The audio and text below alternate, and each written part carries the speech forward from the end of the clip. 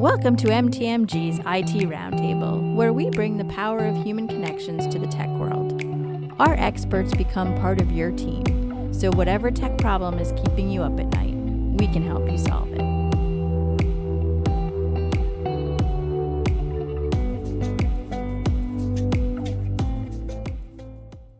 Joining us today is David Campbell. We are so lucky to have him coming on board. David brings decades of hands-on leadership in the MSP world, including a pivotal role as COO at Optimal Networks, where he unified teams and built the repeatable systems that helped MSPs and their clients thrive. Now, David's turning that experience toward helping both MSPs scale smartly and guiding small to medium business and mid-market enterprise get the most from their MSP partnerships. David, thank you so much for joining us today. Thank you for having me, and thank you for the flattering introduction. I'm going to use it for my dating profile going forward. Hey, Joe, there's a whole new line of coaching we can do. I just don't think it's really going to be successful. No, I don't think so either. But everything else is hit or miss, so why not try it? Well, leaving that right alone, what were some of the biggest lessons or surprises from your early days running and working with MSPs? Man, I think there are so many. I think my biggest surprise was the pace at which the business runs, just generally on a day-to-day basis. Dealing with clients on any level can be an experience, but when you're talking about IT and you're talking about supporting how other people use it, then you're ratcheting up the intensity. So for me, it was fantastic. I loved the pace of it, but it was surprising to see how quickly things moved. Just on their normal, like our normal state of being was a very quick pace of activity. So that was, I think, the most surprising for me. Interesting. Well, so you were COO at Optimal Networks. Can you share a turning point or a story from your journey there that shaped your approach to MSP operations and leadership? Yeah, I think the one that stands out the most was the first time I had a client tell us we sucked. When you're in service, eventually someone's going to not be satisfied. It's anybody who says otherwise has either not served enough clients or they're just not listening to them.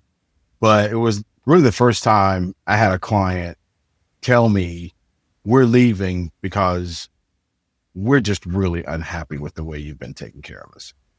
And what was really the point for me was actually having an opportunity to sit with that client. The client did leave, by the way, but what they gave me was ultimately more valuable long-term, because they actually laid out for me the series of events that kind of led him up to this point. And as they were talking through this, in my mind, I could say, I saw, oh yeah. And then at the end of those oh yeahs is a cancellation letter. So I think that was the point at which I left the client meeting and I went home. And I just sat, in my living room in the quiet, thinking, man, I can't believe I failed so miserably in a position where I thought I had a very high opinion of myself in terms of how I deal with clients and how I connect with people. And to be told you missed all of these gates going to this was sobering. But that was a turning point for me. So I learned not to trust my confidence in my ability, but trust the feedback, trust the metrics. And then from that, putting more quantifiable measures in place and using those to guide us rather than the intuitive piece of, hey, they sound happy. And I think that was probably the biggest turning point, because it was a client that I thought I had a fantastic relationship with, and I did personally. Mm-hmm. I just didn't have a good enough relationship with them on the business front for them to justify staying with us. And they were absolutely correct in their decision. So that was the Did that have an impact on the company absolutely, going yeah, forward from that absolutely. I point? think for me, it started with me, but then as I started to communicate these things with the people in the company, we started talking about, okay, so how do we not miss this going forward? And then, of course, anytime something like that happens, you immediately think like, where else is this going wrong? Where else are my eyes or my ears deceiving me? And so like, as I said, we became more metrics driven. We put in place proactive touches with purpose, and being able to document what that purpose was, and then using other parts of the business. One thing that I learned through this process is that when clients become unhappy, the first place you're going to see it is in your accounts receivable. You're going to see that because when clients aren't happy, they slow down on their payments. And had I looked at this client, I would have noticed that a client who in a net 30 universe is paying it like net 21, then they went to net 29, then they went to net 35. You got an issue. And so once we started roping in other parts of the business, it became something that was like a red flag for us. So even now, if people ask me, what are some of the things you look for when you're trying to assess a client's health? Their AR is one of the first places I'm going to look, because if clients aren't happy, they will slow down payment. And if they're really unhappy, they're not going to pay at all. So, and once we did that, and we were great with AR, we got our AR down to like net 9 to like 19, which was amazing. Then you could really see what those outliers look like, and then being able to sort of like track back from that to understand if there's a problem with the relationship. Because even if a client is a slow payer, if they are a net 32 or a net 34, if they're a net 32 or 34 for 7 or 8 months, okay. And we've had a conversation about this. This may be an issue of them. This is how their process works. But more often than not, and I think people should try and take a look at your own. If your clients who are normally really good payers, if they start slowing up on paying, or they start looking at invoices and they have more and more questions about invoices, to me, that's a dead giveaway. And that was one of the things I missed. I think that's one of the things that I was thinking about as you were saying that there's so many companies have automated systems, so they may not always be delaying things, and it might not necessarily change, but you really hit on that last point, that they may be asking more questions. They may start saying, well, wait a minute, why did we see this little fee here when it wasn't there before? Or wait, why? Can you help me understand why this line item is here? If they're starting to ask more and more of those types of questions, that's another red flag. But you're right to look at it and say, this is a way we can learn more about the health of the relationship with the client. Is it going in the right direction? Is it not going in the right direction? But it is just another important data point to be looking at. Yeah. But I think the most important thing you've been talking about is that you have to look for them. I've been part of organizations where I led the customer success team, and our job was to really understand the pulse of the client. And so we would put together report after report after report of, okay, clients aren't happy. Here's why. Here's the specific areas where we really think things need to get better. Otherwise, we're going to have a hard time renewing them. And then as the leader, it is up to you to figure out, how do we make sure this gets acted on? Yeah. As you're thinking through from an MSP and growing and scaling, from your experience, what's the most common challenges MSPs face as they try to scale? Is it operational, client retention, team development? What do you see? Yes.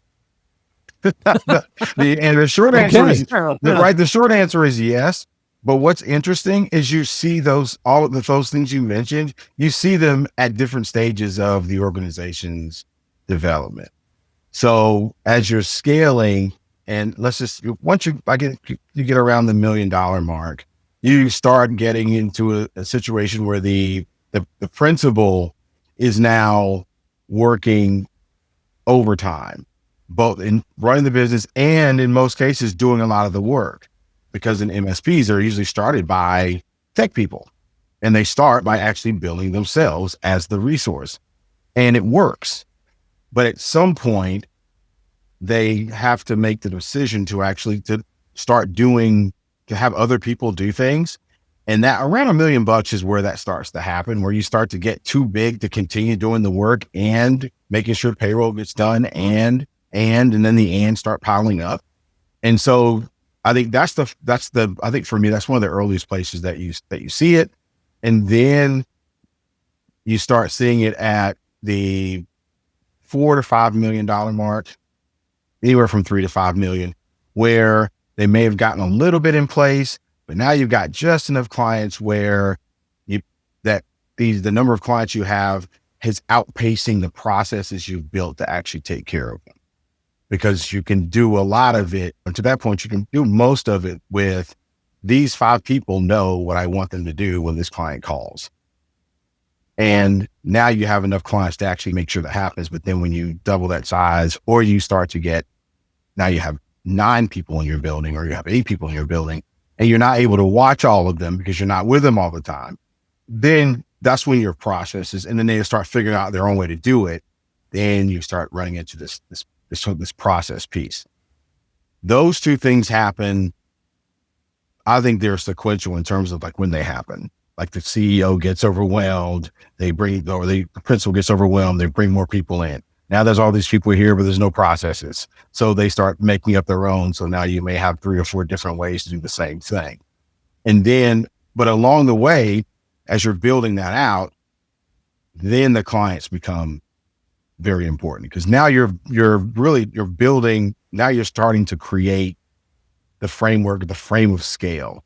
And the one thing that you need to feed that is clients, both new logos and maintaining your existing client base. And the one thing that once you move over from 5 to 10 is getting more out of your existing client base, because to this point, you don't have a client success program. You don't have a client experience program. You have people providing service to your clients, and they're normally telling you when they need something, or one of your engineers or one of the tech support people say, hey, they need an upgrade, it's time. But there's really not a mechanism for you to be sitting down with them until it's time for you to renew or there's an issue. So I think once you start getting to that place where you have reached these other 2 thresholds we just talked about, clients, and not only retaining them, but understanding both the client, starting thinking about your customer journey, talking about your lifetime value, and understanding like how you're getting your revenue and your profit from your client. And at this point, you start to understand who your client segments are, because at this point you really haven't defined them, unless you're one of those few organizations who start out niche and continue on. Right. But so those are some of I know you see those things, and I have stories about, we did 2 acquisitions where the principal had grown the organization. One had grown the organization. He was paying himself so much that he couldn't do anything else. And he didn't want to and of course he had built his lifestyle on this salary, but the organization had grown to the point where he needed help, but he had a pretty good sized salary. He's taking the salary of 2. In order to grow, he needed to take some of that. And he just wasn't in a position to do that. And then there was another acquisition where the person had grown their organization, and they had 8 to 10 people working for him. They had a really nice client base, but it was just the owner and IT folks. There was so he was doing all of the administrative work, and he was, and of course he was also the head salesperson. So the weight of figuring out how to kind of repackage this thing, he was just like, okay, this is not going to work. You guys have you guys have the administrative and you have the infrastructure. So I think those are things that you need to need to think about. So if someone were an MSP and they said, we're doing about X in recurring revenue per month, I could probably guess at some of the challenges they're facing. Of course, they're going to be different across the board, and I want to talk to them. But if they were like, we were playing a game, this person's making $1.5 million a year in recurring revenue, what do you think? Give me 3 things that you think are causing them to stay up at night. And I'd hit 2 out of 3, 90% of the time. And there's a good chance I'm going to hit all 3, not because I'm that smart, but because I've been through it and it looks the same. And I've talked to a lot of MSPs, and it looks just every MSP I've talked to, this is how this is the recipe for it. So those are some of the things that jump out. So let's stay on the topic of growth, right? Mm-hmm. So you personally, you've been credited with unifying teams, building repeatable systems for growth. And just building off of what you just said, what are some of the strategies or frameworks that you found most effective to help MSPs scale sustainably? I think so. After having like stumbled through it, and literally, and I think stumble is probably the most appropriate word we can use, stumbling through it and figuring it out, because we did have some super smart people. The owner was a really smart, intelligent guy who, was very good at like recognizing, okay, what we can't do, recognizing our limitations, and then bringing people in that can help us with that. So I think one of the first things that you want to get answered is, why are you doing this? And I think that will start to inform a lot of these downstream decisions, because if you are doing it, so you can make a really comfortable salary and you don't have to answer, you don't have a quote unquote boss. I think no one ever has no boss. If you own the business, you can do that. And just knowing that there's going to be a cap on what you're going to be able to do, and that's fine. But if you are intent on growing it, it's like the old saying, start with the end in mind. Figuring out, like, am I going to grow this thing? Do I want to become X? Do I want to become the largest MSP on planet Earth? Or do I just want to have a going concern that I can grow to a point where someone may actually want to buy it? I think making those decisions, I think that's the first place. And then more tactically figuring out the things that can be automated, and figuring out the things that you need to take off of your plate versus the things you need to keep. In our situation, the CEO was the primary salesperson. His job was to sell. So my role was to keep him clear of anything that was not sales and marketing. And since he had a lot of the client relationships, because he'd sold them, and he had the business for, I think, 7 or 8 years before I got there. One of the most important things that we could do was to build some cushion between him and the client activity, only bringing him in when there was something serious that he could only he could deal with, or he was being specifically asked for within the relationship. So I think that's another part of this whole framework discussion that you're building. And then starting to, as early as possible, and I'm saying this because we didn't do it, starting as early as possible, documenting how you do the work that you do, and making sure that as you're growing, that the next person that comes on board gets some idea of how you expect this work to be done, so they don't have to make it up themselves. There's a whole bunch of other things, but I think if you can do that piece, the hardest part of the growth is having to backfill your procedures and your standards. It's incredibly, and because once you get 10 people there, you probably have 8 different ways of doing something.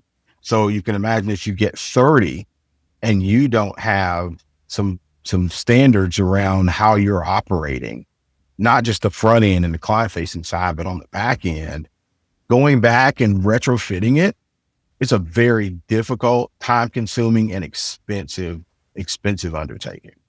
So those are some of the things that I would tell someone, hey, if I had to tell somebody if they're coming, I say, hey, make sure you're doing these things. Those would be the things that I would point to first. I think those are really important. And one of the things that's going to be critical as you're doing that is not just getting that documentation done, but how are people embracing it? Are they all becoming part of that solution? And so is the culture there? And so that just makes me think, what role does culture play in the growth of an MSP? And how do you foster an environment where teams consistently perform at a high level? I am ashamed that I have not mentioned the word culture at least 5 times because that is for Optimal, it was the secret sauce. It was culture. It was well defined. It was practiced and reinforced.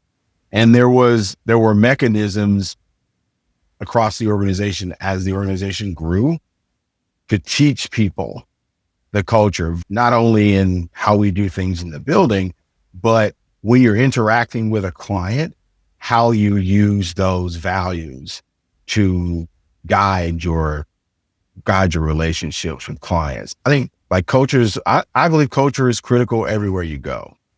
And whether you have one or you don't, you have one. So I think, right. So I think culture inside MSPs culture and MSPs, I think, are especially important because one, most of the time you're working very closely together. It's like high intensity. There may be, like I'll use the MSP, there may be a breach at a client side where it's going to take an all hands effort, not just on the IT front, not on the technical front, but on the relationship and the mitigation and the communications front. So there's all of us are working, pointing at the same thing. And though that creates a lot of stress but it creates a lot of bonding when you have to go through something like that, when you have to spend the night at a client site and there's a couple of you who are doing it, but everybody else knows it and feels it. There's a lot that goes on. So the culture that you build around like those shared experiences in the building start to create the story of the organization. So when the next person comes in, they start to hear the story of the night we stayed and the guy tripped over the cord and pulled the rack down. Every MSP has a story like that only other MSPs like understand and resonate with, right? Which is what makes, I think, MSP so incredibly fun to work with. But it also starts to create like what the culture is. How does the CEO or how does the principal, how are they responding to those things with their people? Do they cut corners? Do they cut corners in the office on behalf of the client because no one knows except for the people inside the building? Do they kind of short their teams when they can? If there's a question about whether a person should get overtime or should they not get overtime, and it's a questionable call, how does the CEO actually come down on these things? And are they coming down on the side of taking care of their people versus keeping a couple of extra dollars in their pocket? It's to us, it sounds like these are no brainers, but it's not. This happens every single day. And I think if I was to help a person who's running an MSP now and they're just starting out, the thing I would tell them is what you do matters. Everything you do matters. So what kind of organization do you want? And are you modeling the behaviors to actually create that sort of environment, or are you just letting it happen? Because either way, it's going to, right? So how are you doing that? So we could do a whole thing on culture. And I think at some point we should, because I think culture is getting lost in the sauce these days about how important it is. And I think in MSPs, I think it's even more important because of the things that I said. But in generally professional services, I think they're important because the people in the building are the money makers. Like their ideas are what you're selling. And if their minds aren't right because the cultures are misaligned, trust me, you're going to see it. You're going to see it. Great points. And Paul knows this too from the days that we worked at T-Mobile. We used to have one of the values was called shadow of the leader, shadow of a leader. And what it meant was you can say anything you want, but really what people are going to be paying attention to is what you do. And it casts a shadow. Yes, it does. And that is a big part of the culture. So I'm glad you hit on that. I can't, we were fortunate enough to win awards for the culture and awards for workplace excellence, but none of it was by accident. It was all intentional. And one of the things probably I'm most proud of is the fact that we built a culture that people still talk to me about. So it's interesting. That's great. So over the next 3 to 5 years, where do you see the greatest opportunities for MSPs to differentiate and add value? I'm smiling a bit because I'm sure it was thinking it's going to be an AI. Yeah. Right. Wow, that's not something we've ever heard before. I could have used my chatbot to actually answer that question for you. But it is. It is the place. And I think it's for a number of reasons, and there's the client side of it, but I think where it really is going to help MSPs, and I think a lot of companies that are growing, is understanding how it can help make your day-to-day lives more productive, whether it be on the internal work that you're doing or on the work that you do on behalf of your client. One of the biggest advances in MSPs was when MSPs were able to manage updating and management of their client workstations remotely. Like, it was a game changer. It was an absolute game changer. That, and I'm going to date myself, the move from tape back up to disk. All right. That's right.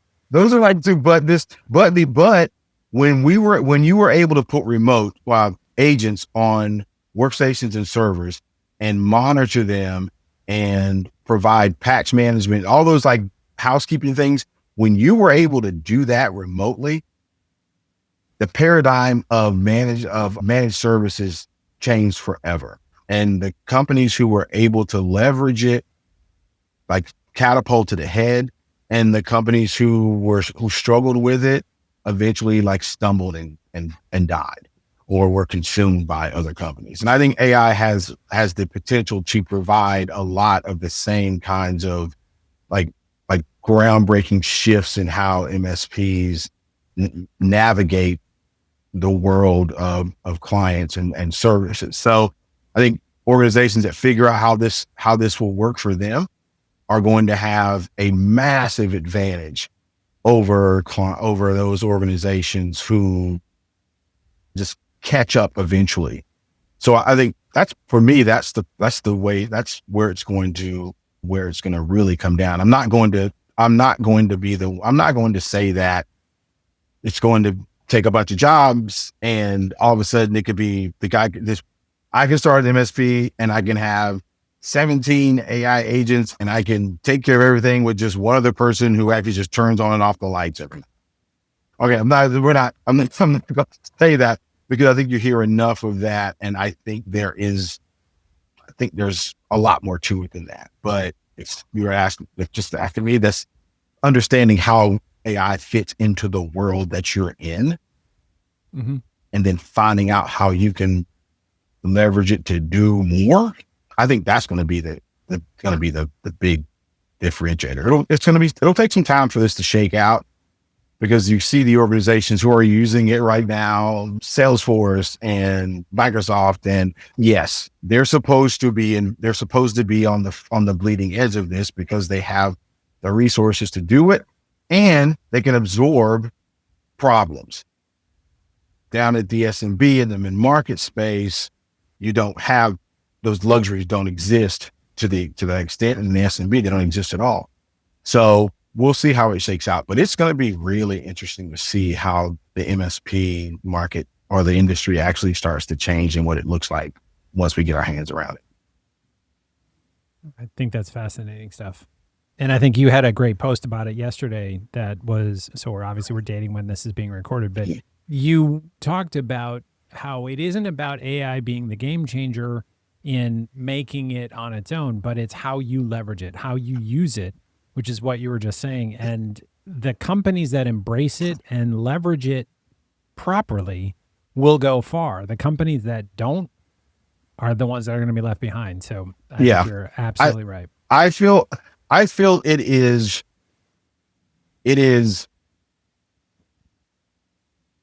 oversimplistic to say I can use AI because it can replace these people.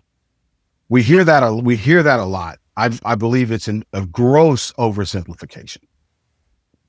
Right? And we've heard it before. Like this is not the first time that you've heard this. Anytime we have these like the tectonic shifts in technology, the first thing you hear is we're going to be able to not have as many people doing this thing.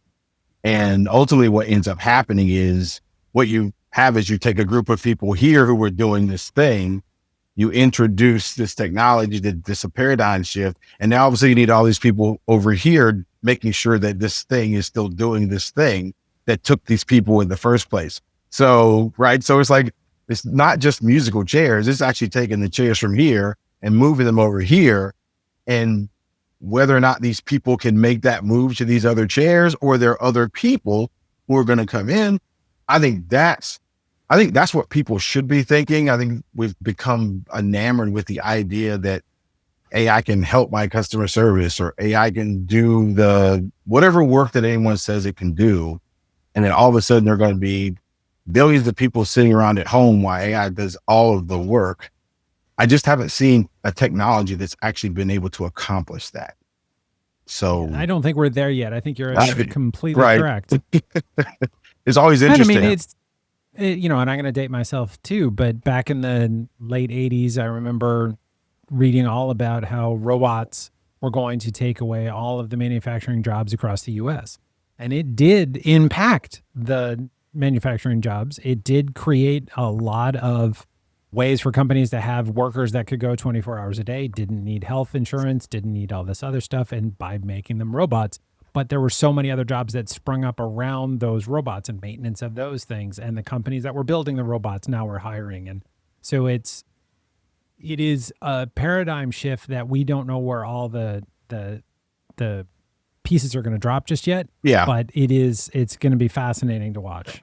If I were to take the historical approach of like AI, and I'll say that like technology adoption, it normally falls into some place where we fall to some midpoint. It doesn't become everything of what everyone said it is going to become. Right. It becomes some sort of like hybrid thing in the middle that we just have to navigate around. To your point about what is AI going to need in order for it to become these things? Well, it's going to need a hell of a lot more people who understand how to communicate with it and build it and integrate it. And then you're going to have a whole bunch of people who are going to have to know how to use it and to use it properly. And then of course now you have a whole bunch of other people who are now finding ways to use it.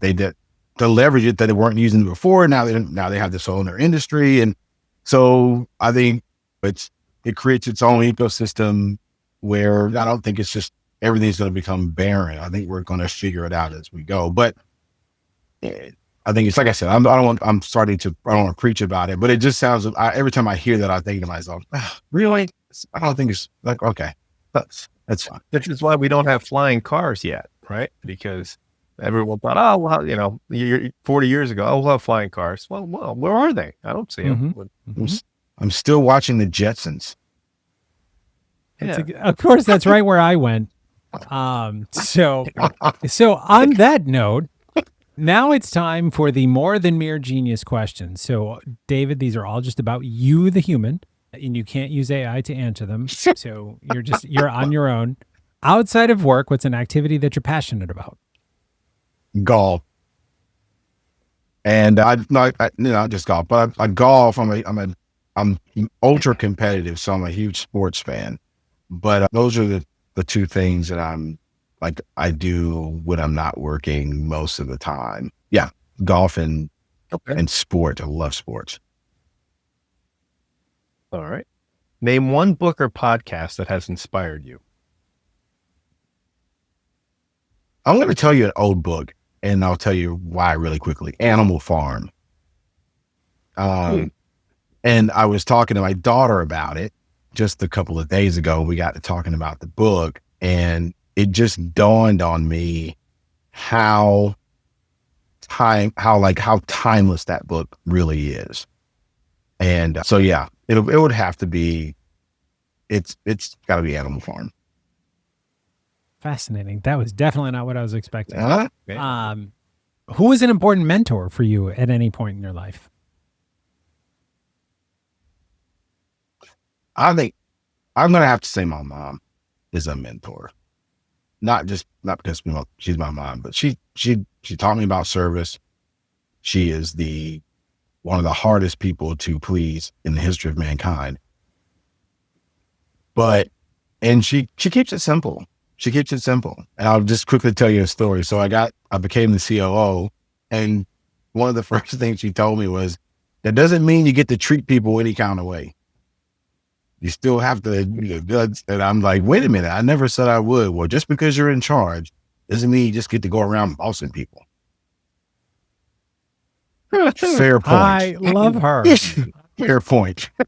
Right. Yep. And if anybody that is listening to this wants to hear about how his mother shaped his early entrepreneurial spirit, you can go watch his other podcast with us. So, well, that's a story for another day. So which talent that you do not have would you most like to have? I'd like to be able to read minds. Oh, wow. I really would. Okay. Mm-hmm. Yeah. I can share that. If you could live anywhere in the world, where would it be?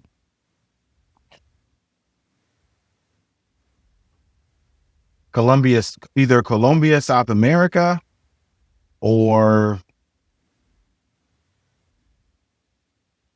somewhere in the Mediterranean. Like, I'm going to stay with Colombia and South America. We all had to pick one, so I'm going to pick that one.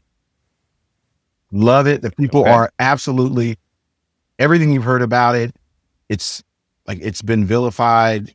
It's nothing like anyone says it is. It is an absolute amazing place. The people are gold, absolute gold. The nicest people, some of the nicest people in the world. No, and I'm not being hyperbolic. I've been a lot of places, and they're some of the nicest. My neighbors are Colombian, and they are extremely nice. Incredible. Very, very, Will literally give you this. Forget the shirt off your back. They will give you the skin off of their back. You want to something grab it, right? That's that night. There. What profession other than yours would you love to try? I would love to get in. I'd love to get into M&A. Like, I would love to become not the Gordon Gekko M&A, the whole slash and burn, but I'd love to put different companies together to grow something new. That sounds incredibly interesting to me. Very interesting. Who is your favorite superhero? Batman. I think Batman is the most interesting superhero of all superheroes because he has no actual superpower. Yeah. It's true. Money is, but he has the option to do nothing with this money. And what he's done with it is he's become a superhero. Like, it's amazing. Mm-hmm. I think, like I said, I think Batman hands down is the most interesting superhero of all superheroes because he doesn't come like Superman. He has to be a superhero. He can fly. Like, Bruce Wayne is just a really rich guy. How many rich people, like how many billionaires would you think now would become Batman? Yeah, good point. Very few. Or even Robert Wagner on Heart to Heart. Oh, two rich people that just go around and solve crimes. Amazing. I'm laughing because I used to love that show. Man, we are so dating ourselves. So damn But sure. Okay. And I think he's still alive, by the way. He's like 98. It has to be 98. No, sorry. What is your favorite sound? The sound of laughter. There you Like, go. that's it. And There's nothing. then today's been great for that. Yeah. What is your favorite song when you're stressed or you need a lift?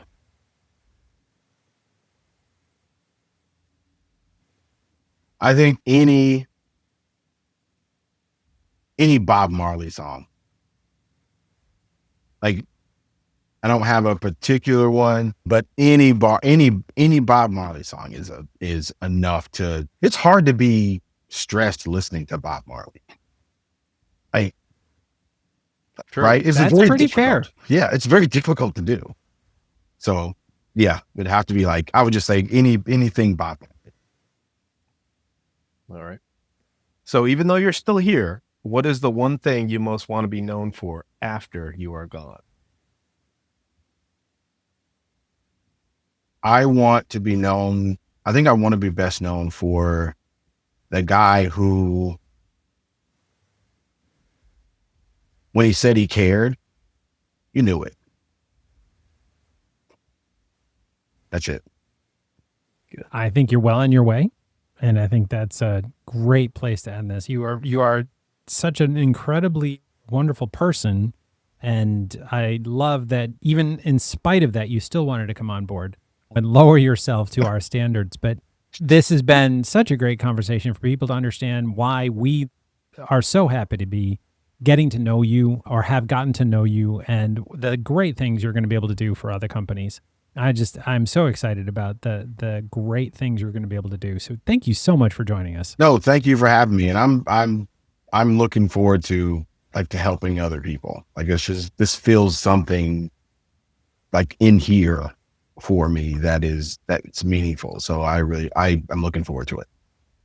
So that brings us to the end of today's conversation. Thank you for joining us.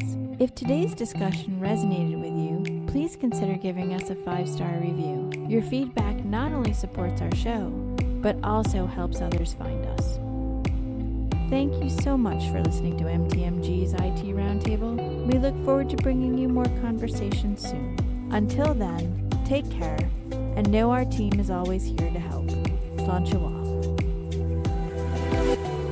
MTMG, guidance that empowers.